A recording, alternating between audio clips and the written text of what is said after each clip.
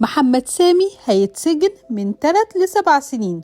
ايه الحكاية وايه اللي عمله خلاه يدمر حياته بالطريقة دي؟ ويا ترى ايه رد فعل مراته النجمة مي عمر؟ الحكاية بدأت من يومين بالظبط لما راح محمد سامي لمركز صيانة عربيات في الشيخ زايد عشان يصلح حاجات بسيطة في عربيته، بس لما رجع عشان يستلمها لقى فيها خدوش بسيطة. طبعا قلب الدنيا وقام ضرب مدير المركز بالبوكس في وشه، وكمان ضربه في بطنه، ده غير السب والشتايم اللي قالها لكل اللي شغالين في المركز. الفكرة بقى انه ما اكتفاش بده، ده راح عمل بلاغ في المركز واتهمهم انهم بهدلوا عربيته، بس كل حاجة عملها اتقلبت ضده في لحظة. ومدير البنك راح عمل بلاغ، مش بس كده، ده قدم تقرير طبي بيأكد انه تعرض لإصابات خطيرة جدا. كمان قال ان الكاميرات رصدت محمد سامي وهو بيشتم وبيسب وبيقول ألفاظ صعبة جدا، وبكده كل الأدلة تكون ضد محمد سامي، والأيام اللي جاية هنسمع أخبار مش كويسة. الغريب بقى هو رد فعل